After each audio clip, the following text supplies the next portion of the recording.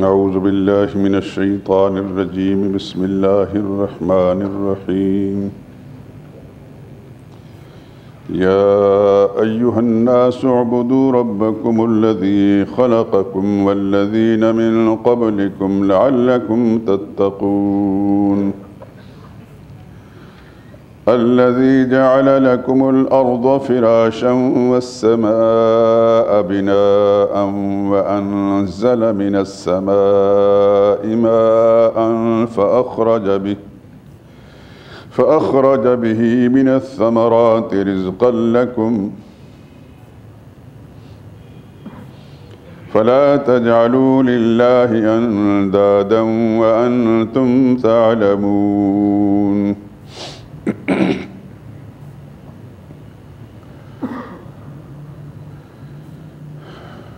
یہ آیات کریمہ اور اس کے ساتھ چند آیات اور کل تلاوت کی گئی ہیں اور ترجمہ بھی عرض کیا تھا، لیکن بعد مجھے خیال آیا کہ ان آیات کے ایک ایک جملے کی تفسیر میں تھوڑا سا ٹائم خرچ ہوتا ہے، اس واسطے آج میں نے وہ ساری آیات نہیں پڑھی، اگرچہ کل آپ حضرات پڑھ چکے ہیں اور ترجمہ بھی۔ اگر وقت ہمارے ساتھ وفا کرتا ہے تو پھر انشاءاللہ اگلی آیات ترجمے سمیت دوبارہ پڑھ لی جائیں گی۔ کل میں نے عرض کیا تھا کہ سورہ مبارکہ یعنی سورہ بقرہ، اس میں 4 دفعہ اصل مسئلہ، اصل دعویٰ جو قرآن حکیم کا بھی ہے، تمام آسمانی کتابوں کا بھی ہے، تمام انبیاء اکرام علیہ السلام کے مشن میں بھی ہے، اس دعوے کا ذکر کیا گیا تیسرے رکوع کے آغاز میں، یا ایھا الناس اعبدوا ربکم۔ 19ویں رکوع میں اور 34ویں رکوع میں اور 40ویں رکوع میں۔ 19ویں رکوع میں وَإِلَٰهُكُمْ إِلَٰهٌ وَاحِدٌ لَا إِلَٰهَ إِلَّا هُوَ الرَّحْمَٰنُ الرَّحِيمُ۔ 34ویں رکوع میں اللَّهُ لَا إِلَٰهَ إِلَّا هُوَ الْحَيُّ الْقَيُّومُ، اور 40ویں رکوع میں لِلَّهِ مَا فِي السَّمَاوَاتِ مَا فِي الْأَرْضِ وَإِن تُبْدُوا مَا فِي أَنفُسِكُمْ وَتُخْفُوهُ يُحَاسِبْكُم بِهِ اللَّهُ۔ اب آپ حضرات چونکہ اکثر نئے ہیں، اس واسطے کچھ یہ اصطلاحات جو میں بول رہا ہوں ممکن اس میں تھوڑا سا آپ سمجھنا چاہتے ہوں اور سمجھنا بھی چاہیے۔ یہ دعویٰ جو ہے، دعویٰ یہ اللہ تعالیٰ کا ایک پیغام ہے کہ میں ہی رب ہوں، میں ہی خالق ہوں، میں ہی رازق ہوں، میں سب کچھ کرنے والا ہوں، یہ دعویٰ ہے۔ قرآن کریم کے اندر مختلف صورتوں کے اندر یہ مضمون جب بھی آئے گا تو اس کے لیے میں لفظ دعویٰ بیان کروں گا، لیکن ہر دعویٰ کے لیے دلیل ہوتی ہے۔ آپ دنیوی لحاظ سے دیکھیں، ایک شخص دعویٰ دائر کرتا ہے کسی عدالت کے اندر کسی مسئلے پر، مثلا یہ جائیداد میری ہے، اس دعوے کے لیے دلیل پیش کرنی پڑے گی ورنہ دعویٰ بے اثر ہو جائے گا۔ کوئی شخص کہتا ہے کہ فلاں آدمی نے میرے آدمی کو قتل کیا ہے، یہ دعویٰ ہے، اس کے لیے دلیل پیش کرنی پڑے گی ورنہ دعویٰ بے سود ہوگا۔ تو ہر دعوے کے لیے ایک دلیل ہوتی ہے۔ چنانچہ اس سورہ مبارکہ میں یا آگے آپ دیکھیں گے انشاءاللہ العزیز، خدا آپ کو سلامت رکھے اور ہمارے اس درس والے مجلس کو، اس محفل کو قائم دائم رکھے اور اس میں ترقی نصیب فرمائے، لیکن اس کے جو اصل ثمرات ہیں، اصل مقاصد ہیں جس کے لیے ہم نے قائم کیا، اللہ تعالیٰ ان مقاصد کو حاصل کرنے کی توفیق دے۔ اس سورہ مبارکہ مثال کے طور پر اب دیکھتے ہیں آپ، سب سے پہلے اللہ کریم نے اعلان کیا یا ایھا الناس اعبدوا ربکم، اے انسانوں، اے لوگو، اپنے رب کی بندگی کرو۔ کیوں؟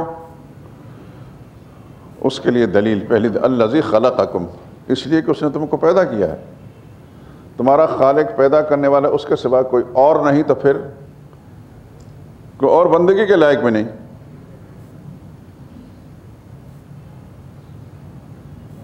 تم سے پہلوں کو بھی اس نے پیدا کیا، یہ دوسری دلیل ہے۔ تیسری دلیل الذی جعل لکم الارض فراشا، زمین کو اس نے بچھونا فرش بنایا۔ چوتھی دلیل والسماء بناء، آسمان کو چھت بنایا۔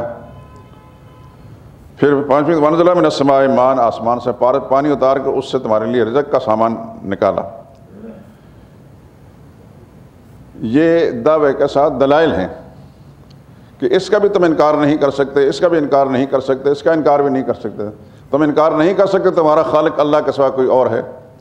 تم انکار نہیں کر سکتے کہ پہلوں کا تم سے پہلے جو گزر چکا پیدا کرنے والا کوئی اور ہے۔ تم سے انکار نہیں کر سکتے کہ زمین کو اللہ کے سوا کسی اور نے پیدا کیا اور تمہارے لیے فرش اور بچھونا کسی اور نے، جس پر تم چلتے ہو پھرتے ہو، جس سے غلے حاصل کرتے ہو، ساری مراحت اس سے حاصل کرتے ہو، اس پر بلڈنگیں بناتے ہو، سب کچھ۔ اس دعوے کو تم انکار نہیں کر سکتے کہ آسمان کو چھت کسی اور نے بنایا ہے۔ اس چیز کو تم انکار نہیں کر سکتے کہ آسمان سے بارش برسانے والا کوئی اور ہے۔ اس کا انکار نہیں کر سکتے کہ بارش برسا کر مردہ زمین میں رویدگی پیدا کرنے، جاندار بنا کر اس کے اندر ہر قسم کے پھل اور پھول اور غلے اس کے سوا کوئی اور پیدا کرتا ہے۔ جب یہ سب چیزیں تم مانتے ہو کہ اللہ ہی نے بنائی ہیں تو پھر اللہ کے سوا کسی اور کی بندگی نہیں کرو۔ یہاں پر یہ تو میں نے اجمالاً اس آیہ کریمہ یا دعوی اور دلیل کے سلسلے میں تھوڑی سی بات عرض کر دی۔ سب سے پہلے دعویٰ اعبدوا ربکم، بندگی اپنے رب کی کرو، عبادت اپنے رب کی کرو۔ یہ عبادت کیا ہے؟ کل بھی کچھ سلسلے میں عرض کیا تھا، اس دن بھی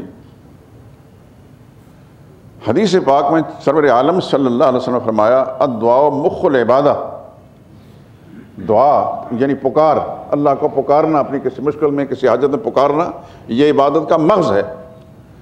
دوسری حدیث کے الفاظ ہے الدعاء هو العبادہ، پکار ہی اصل عبادت ہے۔ تو اس کا معنی ہے اے انسانوں، اے لوگوں، اپنے رب کو پکارو۔ یہ تمہاری پکار جو ہوگی اللہ کی عبادت ہے۔ ہر حاجت میں، ہر مشکل میں اپنے رب ہی کو پکارو گے، یہی عبادت ہے۔ اس کی مثال، زندہ مثال، ابھی آپ نے نماز پڑھی ہے، آپ اللہ اکبر کہہ کے ہاتھ جب باندھ دیے تو اس کے بعد آپ نے ثنا پڑھی، اسی کو پکارا جا رہا ہے، کبریائی بھی اسی کا اعلان کیا جا رہا ہے، سبحانک اللہم و بحمدک و تبارک اسمک و تعالی جدک و لا الہ غیرک، اسی کو پکارا جا رہا ہے۔ وہی پاک ہے، وہ شریکوں سے پاک ہے، کمزوریوں سے پاک ہے، خامیوں سے پاک ہے، عیوب سے پاک ہے۔ و تبارک و بحمدک، ساری خوبیاں، سارے کمالات، ساری عظمتیں، ساری بڑائیاں اسی کے اندر ہیں۔ و تبارک اسمک، برکتیں تیرے نام سے ملتی ہیں، تو ہی برکت دینے والا ہے۔ قرآن کریم میں جا بجا تبارک الذی بیدہ الملک، برکتیں اللہ ہی کے نام سے ملتی ہیں۔ وتعالی جدک، کا تیری شان بہت بلند ہے، ولا الہ غیرک، تیرے سوا کوئی اور الہ نہیں۔ تو یہیں سے خدا کی پکار شروع ہو گئی۔ پھر اس کا الحمدللہ رب العالمین سورہ فاتحہ ہے، اس کے بعد اگلی سورت ہے، اس میں سب اللہ ہی کی پکار ہو رہی ہے۔ پھر اللہ اکبر کہہ کر رکوع میں جاتا ہے، یہ اللہ ہی کی پکار ہو رہی ہے۔ رکوع کے اندر سبحان ربی العظیم، سبحان ربی العظیم، سبحان ربی العظیم کہتا ہے، اللہ ہی کو پکارا جا رہا ہے۔ سمع اللہ لمن حمدہ، اللہ نے سن لی جس نے اللہ کی تعریف کی، ربنا لک الحمد، ساری تعریفوں کے مالک تو ہے۔ پھر اللہ اکبر کہہ کر سجدہ میں جاتا ہے، سبحان ربی الاعلیٰ، سبحان ربی الاعلیٰ کہتا ہے، اللہ ہی کو پکار رہا ہے۔ غرض یہ کہ تکبیر تحریمہ سے لے کر سلام پھیرنے تک نماز میں اللہ ہی کی پکار ہوتی ہے۔ تو نماز کیا عبادت ہے کہ نہیں؟ تو عبادت کی روح کیا ہے؟ پکار ہے۔ عبادت کی روح کیا ہے؟ پکار ہے۔ تو اعبدوا ربکم کا معنی یہ بیان کیا کہ اپنے رب کی بندگی کرو، یہ اللہ ہی کو پکارو، کہ حضور صلی اللہ علیہ وسلم نے فرمایا پکار ہی اصل عبادت ہے۔ جس عبادت میں پکار نہیں، یہ اللہ کی ذات کا دھیان نہیں، اس کی توجہ نہیں، وہ عبادت نہیں ہے۔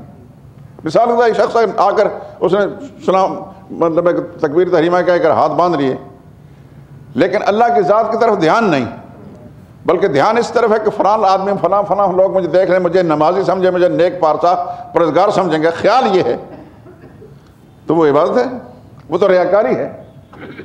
ریاکاری کو حدیث پاک میں شرک قرار دیا گیا، وہ شرک کر رہا ہے۔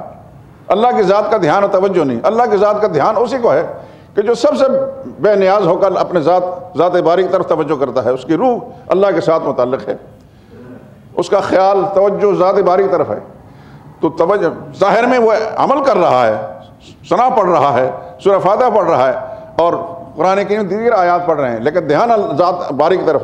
تو یہ سورہ فاتحہ بھی عبادت بن رہی ہے، قرآن کریم کا دوسرا حصہ بھی عبادت بن رہی ہے، سب کچھ عبادت بن رہی ہے، اور یہ پکار ہے۔ اس لیے اعبدوا ربکم، اپنے رب کی عبادت کرو، یعنی اپنے رب کو پکارو۔ اپنے رب کو پکارو۔ کس رب کو؟ جس نے تم کو پیدا کیا، پیدا کرنے کے بعد تمہیں کھلا رہا ہے، پلا رہا ہے، چلا رہا ہے۔ ہمارا سارے نظام کون چلا رہا ہے؟ ہم جب نہیں تھے اس دنیا میں اسی نے سب چلایا، پھر دنیا میں بھیج دیا، دنیا میں بھیج کر سارے نظام کو وہی چلا رہا ہے۔ ہماری روزی رزق کا سامان وہی کر رہا ہے، ہماری صحت کا نظام اسی کے ساتھ وابستہ ہے، ہمیں کھانا وہی دے رہا ہے، پانی وہ دے رہا ہے، بارش وہ برسا رہا ہے، ہماری زمینوں کے اندر روئیدگی، پیداواری وہ پیدا کر، سب کچھ وہ کر رہا ہے۔ ہم جانور پالتے ہیں، جانور سے دودھ وہ دیتا ہے۔ وَإِنَّ لَكُمْ فِي الْأَنْعَامِ لَعِبْرَةً، اللہ فرماتے ہیں اے انسانوں، تمہارے چوپایوں کے اندر، مویشی کے اندر تمہارے عبرت کا سامان ہے۔ نُسْقِيكُم مِّمَّا فِي بُطُونِهِ، ان کے پیٹ کے اندر جو کچھ ہے دودھ ہم تم کو پلاتے ہیں۔ مِن بَيْنِ فَرْثٍ وَدَمٍ، وہ دودھ بچا بچا کر، ایک طرف خون ہے دوسری طرف گوبر ہے، گوبر اور خون کی آمیزش سے، ملاوٹ سے بچا بچا کر ہم تمہیں پلاتے ہیں۔ یہ خدا تعالیٰ کا انعام نہیں ہے؟ تو خدا کھلا بھی رہا ہے، پلا بھی رہا ہے، پیدا بھی اس نے کیا، اس دنیا میں بھیجا بھی، دنیا کی ساری ضرورتیں وہ چلا رہا ہے۔ زمین اس نے بنائی ہے، آسمان اس نے بنایا، بارش وہ برساتا ہے، رزق کا سامان وہ کرتا ہے، جانور اس نے ہمارے، کچھ جانوروں کا انسان گوشت کھاتا ہے، کچھ جانوروں سے ان کا گوشت بھی کھاتا ہے اور دودھ بھی پیتا ہے، کچھ جانور ان کی اون سے بھی فائدہ اٹھا رہا ہے۔ آگے 14ویں پارے میں جب انشاءاللہ سورہ نحل شروع ہوگی تو آپ دیکھیں گے کہ بڑے دلائل ہیں اس سلسلے میں۔ یہ جتنے بھی جانور بنائے تو اللہ نے ہماری ضرورتوں کے لیے، ان جانوروں سے کوئی اور فائدہ نہیں اٹھا رہا۔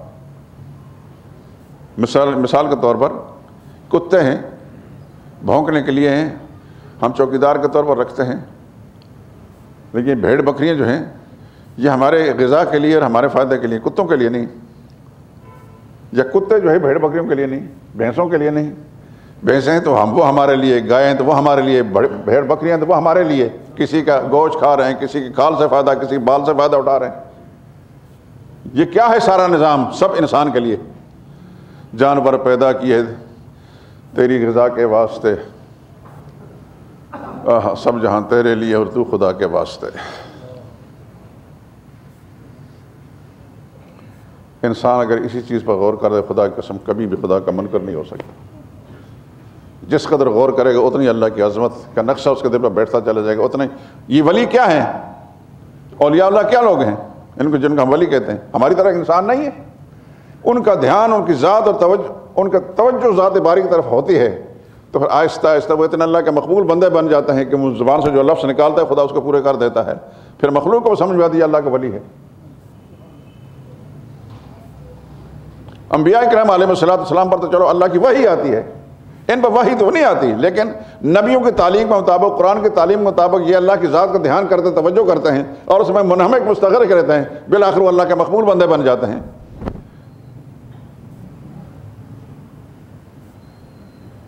تو یہ جتنی چیزیں بھی ہیں کائنات کی، جتنی چیزیں بھی ہیں اللہ نے اس انسان کے لیے بنائی، اور انسان کو اللہ نے اپنی بندگی کے لیے بنایا۔ وما خلقت الجن والانس الا لیعبدون، جن اور انسان کو ہم نے اپنی بندگی کے لیے پیدا کیا ہے۔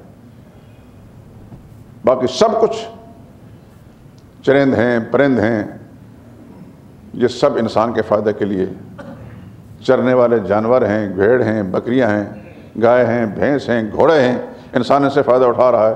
سمندری مخلوق اس سے انسان فائدہ اٹھا رہا ہے، فضا میں اڑنے والے پرندے انسان فائدہ اٹھا رہا ہے، درخت ہیں، نباتات ہیں، جمادات ہیں، پہاڑ ہیں، پتھر ہیں، ہیرے جواہرات ہیں، ان سب سے یہ انسان فائدہ اٹھا رہا ہے۔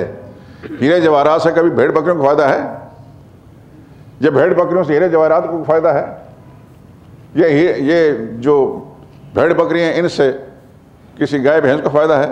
کچھ بھی نہیں۔ بھیڑوں کے جو بال ہوتے ہیں، اون ہوتی ہے، اس سے کوئی کسی بھینس یا کسی بھیڑ کے لیے، کسی بکری کے لیے ہم کوئی لباس بناتے ہیں؟ یہ لباس تو ہمارے لیے، ہمیں جو کچھ پہن رکھا ہے یہ ان جانوروں کے وجود سے، انہی کے وجود سے نکل کر ہمیں ڈھانپ بھی رہے ہیں اور ہمیں گرم بھی کر رہے ہیں۔ اگر انسان غور کرے تنہائیوں میں بیٹھ کر، خدا نے سارا نظام اس انسان والذی خلق لکم ما فی الارض جمیعا، زمین میں جو کچھ بھی تمہارے لیے اللہ نے بنایا ہے، اور تمہیں خدا تعالیٰ نے اپنی عبادت کے لیے بنایا۔ تو یا ایھا الناس اعبدوا، انسانوں بندگی کرو اپنے رب کی، یعنی اپنے رب کو ہی پکارو اپنے ہر حال کے اندر۔ ربکم، جو تمہارا رب ہے، تمہیں پالنے والا ہے، ماں کے پیٹ سے لے کر جوانی کے آخری حدود تک، بڑھاپے تک وہی پال رہا ہے۔ الذی خلقکم، یہ دلیل ہے، اس نے تم کو پیدا کیا ہے، یہ دلیل اول ہے، وہ تمہارا خالق ہے۔ والذین من قبلکم، اور تمہارے پہلوں کا خالق بھی وہی ہے، تمہارے جسم کے ایک ایک روح اللہ پاک نے پیدا کیا۔ تو کبھی اپنے وجود پر غور، اللہ تعالیٰ نے فرمایا اپنے وجود میں ذرا غور تو کرو۔ ایک آنکھ کی پتلی اتنی چھوٹی سی ہوتی ہے کہ اس میں سوراخ کر کے ایک دانہ چاول کا ڈالا جائے تو شاید وہ سنوا نہ سکے، لیکن اس پتلی کو یہ صحیح ہوتے تو کتنا بڑا جہان دیکھتا ہے۔ باہر کھلی فضا میں جب دیکھیں کتنا بڑا جہان نظر آ رہا ہے، آسمان نظر آ رہا ہے۔ یہ اس میں خوبیاں کمالات کس نے رکھی ہیں؟ اللہ ہی نے رکھی۔ لیکن اسی بینائی کو خدا چھین لیتا ہے تو وہ آدمی اندھا ہو جاتا ہے۔ چھوٹے چھوٹے ہم ہوتے تھے، ہمارے علاقے کے اندر ہم بسوں میں سوار ہوتے تو نابینا لوگ تھے، اکھیاں والو، اکھیاں بڑی نعمت ہے، اکھ ہے تو لکھ ہے، اکھ نہیں تو ککھ نہیں۔ واقعتاً چھوٹا سا وجود ہے، لیکن انسان کتنا اپنے آپ کو ادھورا سمجھتا ہے، محتاج ہوتا ہے دوسرے کا۔ کس خدا کی نعمت کا ذکر، کہ بھئی ای آلاء ربکما تکذبان، اپنے رب کی کس نعمت کو تم جھٹلاؤ گے؟ تو قرآن کریم کے ان الفاظ کلمات پر غور فرمائیں آپ، تو کس قدر حقائق کے دروازے کھلتے ہیں انسان پر، اور انسان اپنے آپ کو پہچانتا ہے میں کیا ہوں، کس لیے مجھے میرے رب نے بنایا، میں کہاں کھڑا ہوں، مجھے کہاں کھڑا ہونا چاہیے۔ تو اللہ نے فرمایا تمہیں بھی پیدا کیا، تم سے پہلوں کو پیدا کیا، لعلکم تتقون، اپنے رب ہی کی بندگی کرو تاکہ تمہارے اندر تقوی پیدا ہو۔ مفسرین نے لکھے تنجو من العذاب، تاکہ خدا کے عذاب سے بچ جاؤ۔ تقوی بچنا، اصل معنی بچنا ہے۔ متقی سے کہتے ہیں جو گناہوں سے بچتا ہے، جو اللہ کی نافرمانیوں سے بچتا ہے، اور جو اللہ کی نافرمانی سے بچے گا تو خدا کے عذاب سے بچے گا۔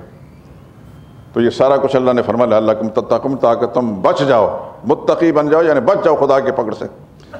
الذی جعل لکم الارض فراشا، وہی اللہ جس نے تمہارے لیے زمین کو بچھونا بنایا ہے۔ کہاں کہاں دوڑتے ہو، کہاں کہاں تم چلتے ہو خدا کی پھیلائی ہوئی اس زمین پر، اور پھر زمین سے کیا کیا فائدہ تم اٹھاتے ہو۔ کوئی انسان انکار کر سکتا کہ میں زمین سے فائدہ نہیں اٹھاتا؟ ہم بچپن کے اندر فارسی کی کتابیں جب پڑھتے تھے تو حضرت شیخ سعدی رحمۃ اللہ تعالیٰ علیہ نے اپنی ایک کتاب جو نظم پر مشتمل ہے، کہتے ہیں ادیم زمین سفرۂ عام اوست، ادیم زمین سفرۂ عام اوست، جی دشمن بری خان یغما چے دوست۔ ادیم کہتے ہیں یہ جو چمڑا ہوتا ہے نا، چمڑا، بڑا سا چمڑا، جس کو ہمارے علاقے کی زبان میں ادھوڑی کہتے تھے، پتہ نہیں آپ کے ہاں کیا کہتے ہیں۔ یہ موچی صاحبان جو ہے اس کو ادھوڑی کہتے تھے، کوٹ کوٹ کر تیار کر کے مطلب جوتے بنانے کے لیے رکھتے تھے۔ اس کو فارسی زبان میں ادیم کہتے ہیں، تو اس کو آسان لفظ دسترخوان کہہ لیجئے۔ زمین کی کھال، وہ تو جانور کی کھال تھی نا، زمین کی کھال اللہ کا عام دسترخوان ہے۔ زمین کی کھال اللہ کا عام دسترخوان ہے۔ اس دسترخوان پر خدا کا دشمن بھی بیٹھ کر کھا رہا ہے اور خدا کا دوست بھی بیٹھ کر کھا رہا ہے۔ خدا اہل ایمان کو بھی اسی سے رزق دیتا ہے، ہر اہل کفر کو اسی سے رزق دیتا ہے۔ کفار کی روزی بند کی اللہ نے؟ نہ پہلے انبیاء کے زمانے میں جو خدا کے باغی اور منکر تھے اس زمانے میں ان کی روزی بند کی، نہ رسول اللہ کے زمانے میں بند کی، نہ آج بند کر رہا ہے۔ یہ خدا کا اپنا نظام، اسی کو رحمان کہتے ہیں۔ رحمان اسی کو کہتے ہیں کہ جس کی رحمت عام ہو، کافر کے لیے بھی ہے، منافق کے لیے ہے، مسلمان کے لیے ہے۔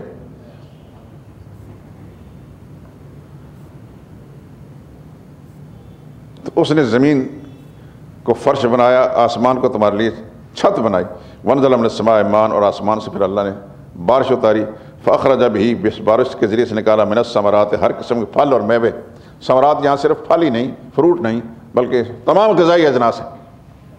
یہ تمہارے رزق بنایا۔ فَلَا تَجْعَلُوا، یہ اب اس دعوے کی دلیل ہے۔ فَلَا تَجْعَلُوا لِلَّهِ أَنْدَادًا، لوگوں پھر اللہ کے مقابلے میں کسی کو مت ٹھہراؤ، اپنا معبود مت بناؤ۔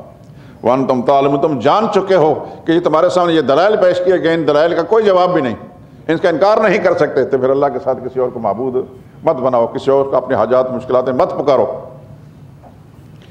اگلی آیت کے اندر آیت نمبر 23 میں ایک شبہ کا جواب ہے۔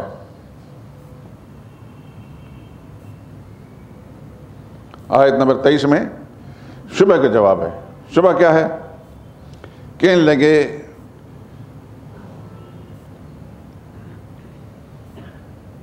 کہ ہم اس کو نہیں مانتے، یہ اللہ کا کلام نہیں، جس میں یہ دعویٰ کیا گیا یہ اللہ کا کلام نہیں مانتے، یہ ایک خود گھڑ کر لے آئے، یعنی محمد مصطفیٰ صلی اللہ علیہ وسلم پر ایک قسم کا الزام لگایا، تہمت لگائی، بلکہ یہ خود گھڑ کر لائے ہیں۔ تو اللہ نے اس کا پھر رد فرمایا، وَإِن كُنتُمْ فِي رَيْبٍ مِّمَّا نَزَّلْنَا عَلَىٰ عَبْدٍا فَلَا تَجْعَلُوا وَإِن كُنتُمْ فِي رَيْبٍ مِّمَّا نَزَّلْنَا، اگر اس میں تمہیں شک ہے جو ہم نے قرآن نازل کیا اپنے بندے پر، فَأْتُوا بِسُورَةٍ مِّن مِثْلِهِ، تو تم بھی پھر ایک صورت اس جیسی بنا لاؤ۔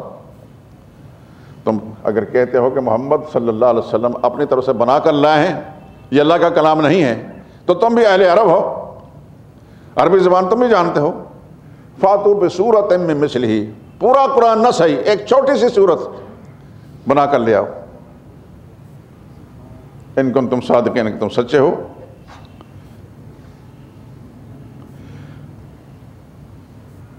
اور پھر ساتھ فرمایا وَدْعُوا شُهَدَاءَكُمْ، خود بنا نہیں سکتے تو جن کو تم حاجت روا مشکل کشا سمجھتے ہو ان کو بلا لو اپنی مدد کے لیے، ان سے مدد لے لو، ان کنتم صادقین، اگر تم سچے ہو۔ فَإِن لَمْ تَفْعَلُوا، اگر ایسا نہیں کرو گے، وَلَن تَفْعَلُوا، ہمارا دعویٰ تم نہیں کر سکو گے، نہ صورت بنا کر لا سکتے ہو، نہ تمہاری مدد کے لیے کوئی آ سکتا ہے، تو فَاتَّقُوا النَّارَ الَّتِي وَقُودُهَا النَّاسُ، یہ تخویف ہے، ڈراوا ہے، ڈرو اس آگ سے، کل قیامت کا دن جس کا ایندھن آدمی بنیں گے یعنی مشرک، والحجارہ، اور پتھر بنیں گے، پتھر سے مراد اللہ کے سوا جن کو معبود بنا کر ان کی مورتیاں بنا کر پکارتا رہے۔ جیسے آپ ہندوستان میں چلے جائیں تو وہاں کے مندروں میں آپ جائیں، میں خود دیکھ رہا ہوں، دہلی شہر کے اندر بہت بڑا ہندوؤں کا ایک مندر ہے، برلا مندر اسے کہتے ہیں، برلا ایک سیٹ ہے، اس نے بنایا ہے، تو بڑی بڑی مورتیاں ہیں پتھروں کی، اور عورتوں اور مردوں کی بڑی خوبصورت شکلیں بنا کر انہوں نے ان کو سجا کر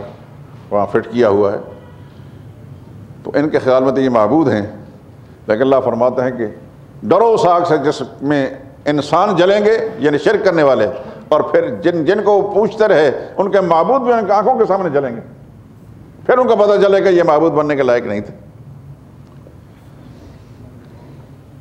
اعدت للکافرین، وہ آگ ان کافروں کے لیے تیار کی ہوئی ہے۔ قرآن کا یہ اسلوب ہے، جہاں کہیں بشارت ہوتی ہے وہاں تخویف، ڈراوا بھی ہوتا ہے، جہاں ڈراوا ہوتا ہے، ڈراوا اگر پہلے ہے تو بعد میں خوشخبری بھی اہل ایمان کے لیے آ جاتی ہے۔ تو پہلے تخویف تھی، اب یہ بشارت ہے، وبشر الذین آمنوا، خوشخبری سنا دو ان لوگوں کو جو ایمان لائے۔ ایمان سے مراد دعویٰ نہیں، ایمان جو اللہ کی توحید کو مان لیا دل کی گہرائیوں سے، اللہ کی وحدانیت کا اقرار کر لیا کہ جو کچھ بھائی خدا کے پیغمبر نے فرمایا سچ ہے، جو خدا کی کتاب کے اندر وہ سچ ہے، وہ ایمان والے ہیں۔ تو ان کو خوشخبری سنا دو، وعملوا الصالحات، انہوں نے اچھے کام کیے، یعنی نبی کے طریقے کے مطابق کام کیے، نمازیں بھی نبی کے طریقے کے مطابق، روزہ بھی نبی کے طریقے کے مطابق، تمام عبادات اور تمام انواع و اقسام نبی کے تعلیم کے مطابق، وعملوا الصالحات، یہ اچھے کام کیے، ان لہم جنات، ان کو خوشخبری دو کہ ان کے لیے وہ باغات ہیں، تجری من تحتہا الانہار، جن کے نیچے نہریں بہہ رہی ہیں۔ جنتیں وہ ہوں گی، یہ قرآن کریم کے اندر اللہ پاک نے اہل جنت کے لیے جن جنتوں کا تذکرہ فرما، ہر جگہ تجری من تحتہا الانہار، وہ بلڈنگیں ہوں گی جن کے نیچے نہریں بہہ رہی ہوں گی، لیکن ہم اس کا تصور اس دنیا میں نہیں کر سکتے۔ اگر کوئی بڑے سے بڑا سرمایہ دار اپنی بلڈنگ میں اپنی کوٹھی کے سامنے کوئی ایسا جلسہ کرتا ہے، دنیا میں جنت بناتا ہے، تو وہ احمق آدمی ہے، اس کو کیا پتا۔ اللہ کے پاک پیغمبر صلی اللہ علیہ وسلم نے فرمایا لا عین رأت، جنت وہ ہے جس کی بہاریں اور جس کی نعمتیں، وہ لا عین رأت، کسی آنکھ نے اس دنیا میں نہیں دیکھی، نہ دیکھ سکتا ہے، ولا اذن سمعت، کسی کان نے اس کے تذکرے بھی نہیں سنے، ولا خطر علی قلب بشر، کسی انسان کے دل میں وسوسہ بھی نہیں گزرا ان انعامات کا۔ جنت وہ ہے، بیشتہ جا کے آزار نباشد کسیرا با کسے کار نباشد، جنت وہ جگہ ہے جس میں کوئی تکلیف نہیں ہوگی۔ اس دنیا میں یہ تکلیفوں کا گھر ہی، امیر ہے تو وہ تکلیف میں، غریب ہے تو تکلیفوں کے اندر ہے، لیکن وہاں کسی کوئی تکلیف نہیں ہوگی اور کسی کو کسی کے محتاج ہی نہیں ہوگی۔ ہر آدمی جو جنتی ہے وہ بادشاہ ہوگا۔ دنیا کے سارے انعامات جتنے اللہ پاک نے جو جنتی میں تیار کر رکھے، جو ہی وہ خیال میں لائے گا وہ سب کے سامنے حاضر ہوں گی۔ جس کی چاہت ہوگی فوری طور حاضر ہوگی۔ اللہ پاک نے جس کو جنت میں پہنچا دیا، پھر اس سے بڑی نعمت کیا ہو سکتی؟ سبحان اللہ۔ اللہ مجھے اور آپ کو بھی اپنی رحمتوں کے ساتھ، اپنی رحمت کے ساتھ اس قرآن کریم کی تعلیم کی برکت سے اس کا حقدار مستحق بنا دے۔ تو ان کے لیے وہ جنات ہیں، وہ باغات ہیں، تجری من تحتہا الانہار، جن کے نیچے نہریں بہہ رہی ہیں۔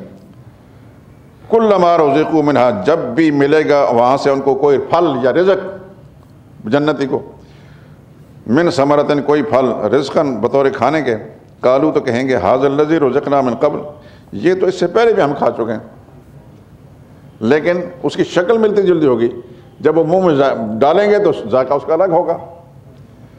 وَأُتُوا بِهِ مُتَشَابِهًا، وہ پھل ایک دوسرے کی شکلوں والے ان کو ملیں گے، لیکن اس کی حقیقت کچھ اور ہوگی۔ جب بھی کچھ ملے گا شکل وہی ہوگی، ذائقہ اور ہوگا، دوبارہ ملے گا شکل وہی ہوگا، ذائقہ اور ہوگا۔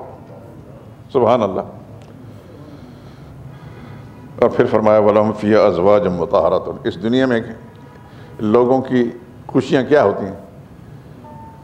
کھانے پینے کے لیے اعلیٰ غذائیں ملیں، رہنے کے لیے اعلیٰ بلڈنگیں، رہائشیں ملیں، اور پھر اچھی بیویاں ملیں، خوبصورت بیویاں ملیں۔ ہر انسان کوشش کرتا ہے۔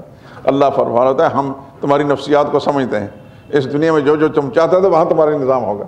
وَلَهُمْ فِيهَا أَزْوَاجٌ مُطَهَّرَةٌ، وہاں پاک بیویاں ہوں گی، جو ظاہر میں بھی پاک ہوں گی، اخلاق میں بھی پاک ہوں گی۔ اللہ اکبر، اللہ اکبر۔ اہل ایمان عورتیں، مومن عورتیں اس دنیا کی، وہاں اللہ پاک ان کو حوروں سے بھی زیادہ حسن دیں گے۔ جن کی بیویاں تھیں وہ ان کی بیویاں تو ہوں گی، لیکن اس کے مقابلے میں پھر اللہ پاک کتنی حوریں ان کو دیتے ہیں یہ رب ہی جانتا ہے۔ اللہ اکبر، اللہ اکبر۔ اللہ کے پاک پیغمبر صلی اللہ علیہ وسلم نے جو کچھ فرمایا وہ حق اور سچ ہے، اس میں کوئی شک شبہ گنجائش کوئی نہیں ہے۔ ضرور یہ ملیں گی، لیکن اللہ پاک ایسے کارنامے، ایسے کام، ایسے عقائد درست کرنے کی قرآن کے مطابق، نبی کے فرمان مطابق ہمیں توفیق عطا فرمایا، تو یقیناً پھر یہ خدا کا وعدہ، خدا کے نبی کا وعدہ بالکل سچا ہے اور مل کر رہے گا۔ تو اللہ فرماتے ہیں ہم فیہا خالدون، یہ اہل ایمان ان جنتوں میں ہمیشہ رہیں گے۔ ایسا نہیں ہوگا کہ باغ کا دروازہ بند ہو گیا اب نکلو بھائی، یہ جناح باغ نہیں ہوگا، وہ جنت کے باغات ہوں گے۔ جس کو ایک دفعہ داخلہ مل گیا پھر وہاں سے کوئی نکالنے والا نہیں ہوگا، نکلنے والا۔ اللہ اکبر، اللہ اکبر۔ فمن زحزح عن النار وادخل الجنۃ فقد فاز، جو آگ سے بچا لیا گیا اور جنت میں پہنچا دیا گیا یقیناً وہ کامیاب ہو گیا۔ حدیث میں آتا ہے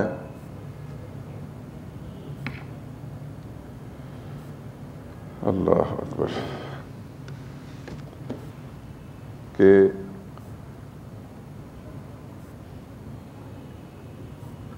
جنتی حوریں وہ اتنی خوبصورت ہوں گی کہ اگر وہ وہاں پانی پئیں گی تو ان کے جسم اتنے شفاف ہوں گے کہ حلق سے اور پانی اترتا نظر آئے گا۔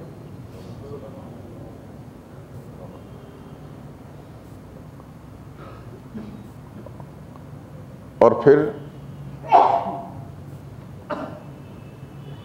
وہ اتنی خوشبودار ہوں گی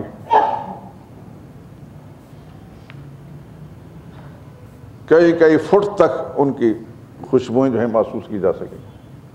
خوشبوئیں لگائی نہیں ہوگی دنیا کی خوشبوؤں کی طرح جو چند منٹ کے بعد ختم ہو جاتی ہیں۔ اللہ نے ان کا وجود ایسا بنایا ہے، اللہ نے ان کا وجود ایسا بنایا ہوگا۔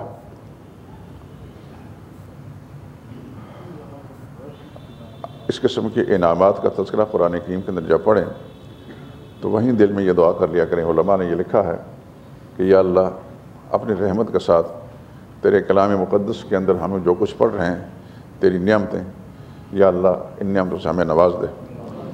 ایک حدیث میں سنانا چاہتا تھا کہ جو شخص اس دنیا کے اندر تکلیفیں اٹھا کر مر جاتا ہے، بیماریاں، تکلیف طرح طرح کی انسان کو آتی ہیں، خدا تعالیٰ سب کو محفوظ رکھے، لیکن بے شمار انسان آپ جانتے ہیں کہ تکلیفیں میں ہوتے ہیں اور انسان ان کی تکلیفوں کو سن کر حیران ہو جاتا ہے، تو مر جاتا ہے۔ تو اس تکلیف کی وجہ سے جو خدا کی بارگاہ میں پہنچتا ہے، پھر اللہ پاک وہاں کی جنت کی بہاریں اور وہاں کی نعمتیں جب اس کو دیتے ہیں ان تکلیفوں کو اٹھانے کے سبب سے، تو وہاں وہ تمنا کرتا ہے کاش کہ دنیا مجھے ایک دن بھی صحت کا نہ ملتا، میرے جسم لوہے کی کینچیوں سے کاٹے جاتے، آج جو کچھ انعامات چند تھوڑی سی تکلیفیں اٹھانے کے بعد میں دیکھ رہا ہوں، تو میں نے بہت زیادہ تکلیفیں اٹھائی ہوتی تو پتہ نہیں کتنی خدا کی نعمتیں مجھے ملتی۔ اس دنیا میں کوئی تصور بھی نہیں کر سکتا اللہ کے ان انعامات کا دوستو۔ قرآن کریم آپ پڑھتے جائیں گے انشاءاللہ یہ ساری چیزیں آپ کے سامنے آئیں گی۔ پھر میں کہتا ہوں کہ دعا کیا کریں، یا اللہ اپنی رحمت کے ساتھ قرآن کریم کی یہ مبارک محفل ہے، اس کو قائم رکھ، دائم رکھ، اس کو قبول فرما، لیکن قرآن کریم کے نور سے ہمارے دل و دماغ کو منور فرما اور کھول دے، اور اس کو نہ صرف ہم سمجھنے والے بن جائیں بلکہ ہماری زبان ایسی دے دے کہ ہم اس پیغام کو دوسروں تک پہنچانے والے بن جائیں۔ وآخر دعوانا الحمدللہ رب العالمین۔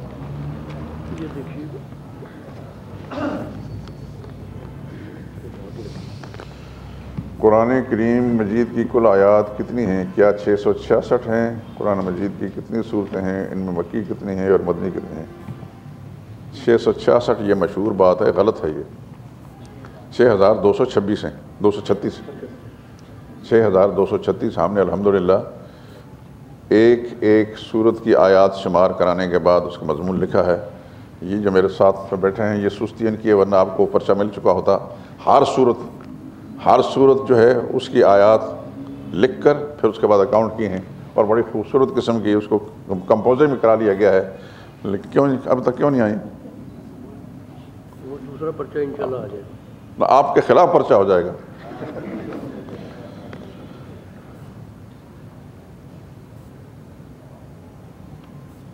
جو صورتیں رسول اللہ صلی اللہ علیہ وسلم کی ہجرت سے پہلے نازل ہوئیں وہ مکی کہلاتی ہیں، چاہے مکہ شہر میں تھے یا نہیں تھے، کسی اور جگہ تھے، لیکن وہ صورتیں جو ہجرت سے پہلے ہیں وہ مکی کہلاتی ہیں۔ جو ہجرت کے بعد اس کی صورتیں ہیں وہ مدنی کہلاتے ہیں، چاہے رسول اللہ سے مدینہ طیبہ سے نکل کر واپس مکہ معظمہ بھی آ چکے ہوں کسی موقع پر، مثلا فتح مکہ کے موقع پر رسول اللہ صلی اللہ علیہ وسلم تشریف لائے تھے، لیکن اس موقع پر جو بھی صورتیں نازل مدنی ہی کہلاتی ہیں۔ مکی صورتیں زیادہ ہیں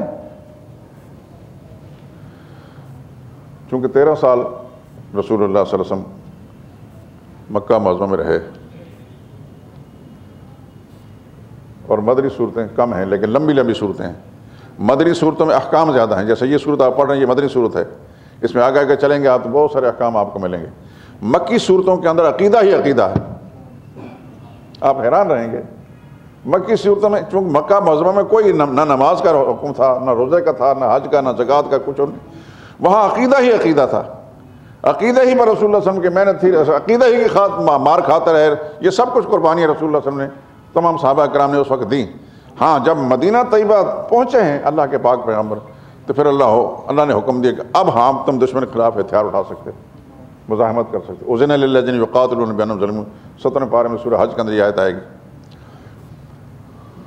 کہ مظلوموں کو اب اجازت دی جا رہی ہے ظالموں کے خلاف ہتھیار اٹھانے کی۔ پھر مکی مدنی زندگی میں رسول اللہ نے ہتھیار اٹھائے کہ نہیں اٹھائے؟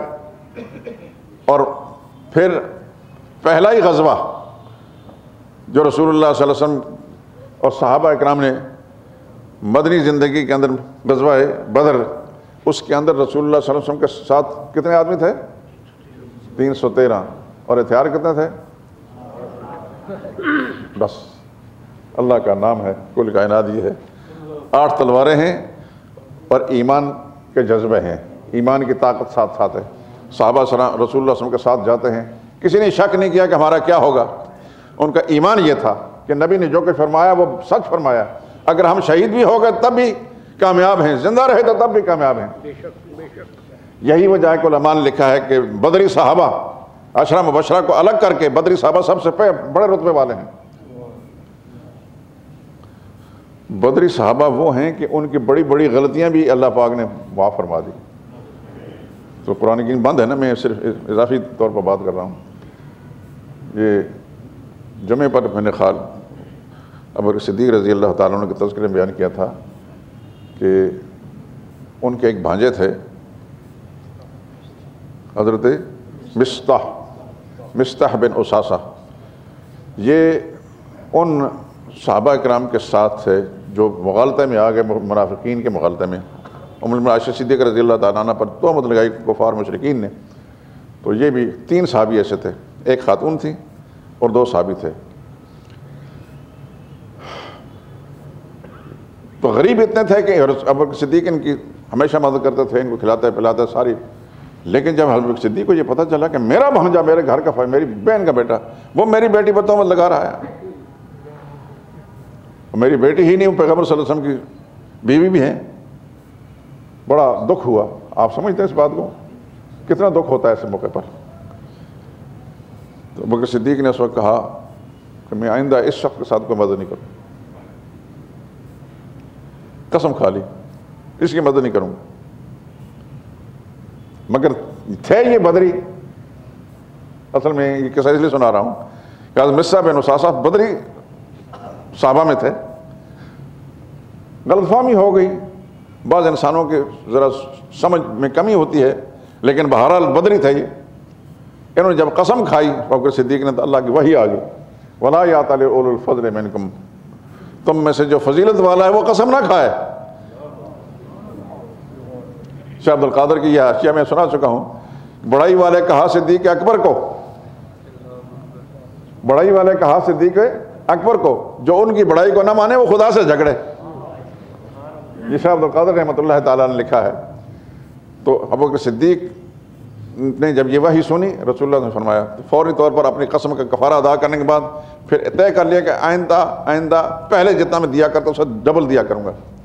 تو بدری صحابہ جو ہے ان کا ایک بڑا مقام، بدر والوں کا ایک بڑا مقام ہے. تو اس واسطے جو رسول اللہ صلی اللہ علیہ وسلم مکی زندگی کے اندر تو آپ نے جہاد نہیں کیا کہ اللہ کی طرف اجازت نہیں تھی، جب اجازت ملی تو بے سر و سامانی کے عالم کے اندر پھر چل پڑے. اور پھر کیا ہوا بدر میں؟ دنیا نے دیکھا اور دنیا آج تک ریسرچ کر رہی ہے کہ کیا مسئلہ تھا. 1000 کا لشکر کیل کانٹے سے لیس اور 313 صرف 8 تلواریں، کوئی تناسب نہیں آپس میں مقابلے کا. لیکن جب مقابلہ ختم ہوتا ہے تو اس کے بعد دیکھا کہ 1000 کا لشکر، اس میں 70 مسلمانوں نے 70 کافروں کو جہنم رسید کر دیا اور 70 کو مسلمانوں نے گرفتار بھی کر لیا. آج تک دنیا کفر ریسرچ کر رہی ہے، ان کی ریسرچ مکمل نہیں ہوئی کہ کس چیز نے، وہ کون سی چیز تھی. کیونکہ خدا کی ذات پر ایمان تو، یا نبی کی صداقت پر ایمان ہو تو تب بات سمجھ میں آتی. کس چیز نے مسلمانوں کو فتح دی ہے، کس چیز نے ابو جہل اور اس کی پارٹی کو شکست سے دوچار کی. تو جہاد والا عمل اتنا بڑا ہے. بہرحال انشاءاللہ اس پر بات کریں گے آئندہ کے لیے. الحمدللہ رب العالمین، اللہم صلی علی محمد وعلی آل محمد وبارک وسلم. یا اللہ ہمارا یہ بیٹھنا بیان کرنا سننا قبول فرما. یا اللہ قرآن کریم کے نور سے ہمارے دل و دماغ کو نور فرما، اس کی تعلیمات سے. یا اللہ ہمارے گھروں کو آباد فرما دے. یا اللہ ہر گھر کو قرآن کریم کی تعلیمات کا گہورہ بنا دے. یا اللہ ہمارے عقائد، ہمارے اعمال، ہمارے اخلاق، ہمارے معاملات کو درست فرما دے. یا اللہ جہاں جہاں بھی کمی ہے اے اللہ اپنی رحمت سے ان کی اصلاح فرما دے. اے اللہ ہمارے درس کے جتنے ساتھی میں، یا اللہ ان کی دین دنیا کی حاجتیں پوری فرما دے. یا اللہ ان کی مشکلیں آسان فرما دے. ہمارے بعض ساتھی جو ہیں بیمار ہیں، ان کے لیے دعا کریں اللہ اپنی رحمت کے ساتھ ان کو شفاء کاملہ عاجلہ دائمہ مستمرہ نصیب فرمائے. یہ میرے دائیں طرف بیٹھے ہیں ہمارے ساتھی محمود معاویہ صاحب، ان کا سسر بیمار ہیں، بہت سخت تکلیف میں ہیں. ان کے لیے دعا کریں اللہ اپنی رحمت سے ان کو جلدی شفا یا فرمائے. اور ہمارے ساتھی انوار صاحب ہیں اور احسان صاحب ہیں، ان کا بچہ بیمار ہے. اس طرح حافظ شاہ صاحب ہیں، عبدالستار شاہ صاحب ہیں اور رضوان صاحب ہیں اور بہت سارے ساتھی. سب کے لیے دعا کریں. اللہ تعالیٰ پوری تفصیل سے سب کے حالات کو بھی جانتے ہیں اور حاجات کو بھی. اللہ سب کی مشکلیں آسان کر دے. بیمار ہیں قاری حق نواز صاحب، ہمارے قاری صاحب کے بڑے بھائی ہیں، ان کے لیے دعا کریں اللہ اپنی رحمت سے ان کا مکمل شفا عطا فرمائے. جتنے بھی ہمارے دوست جو ہمیں معلوم ہے یا نہیں معلوم، اللہ کو سب معلوم ہے. یا اللہ جتنے بیمار ہیں سب کو شفا کاملہ نصیب فرما. اے اللہ سب پریشان حال لوگوں پریشانی دور فرما. میری اہلیہ بیمار ہیں، ان کے لیے دعا کریں اللہ تعالیٰ مکمل صحت و عافیت نصیب فرمائے. میرے لیے بھی دعا کریں کہ مجھے کچھ گھٹنوں کی تکلیف کے سبب سے چلنے پھرنے میں دشواری ہو رہی ہے اور پراسٹیٹ کی تکلیف سے، تو اللہ تعالیٰ اپنی رحمت کے ساتھ ان ساری تکلیفوں رفع فرما دے تاکہ میں دین کے کام کے اندر جو مجھے کرنا چاہیے اور کرنے میں رکاوٹ پڑ رہی ہے اللہ تعالیٰ اس میں کامیابی عطا فرما۔ ربنا تقبل منا انک انت السمیع العلیم۔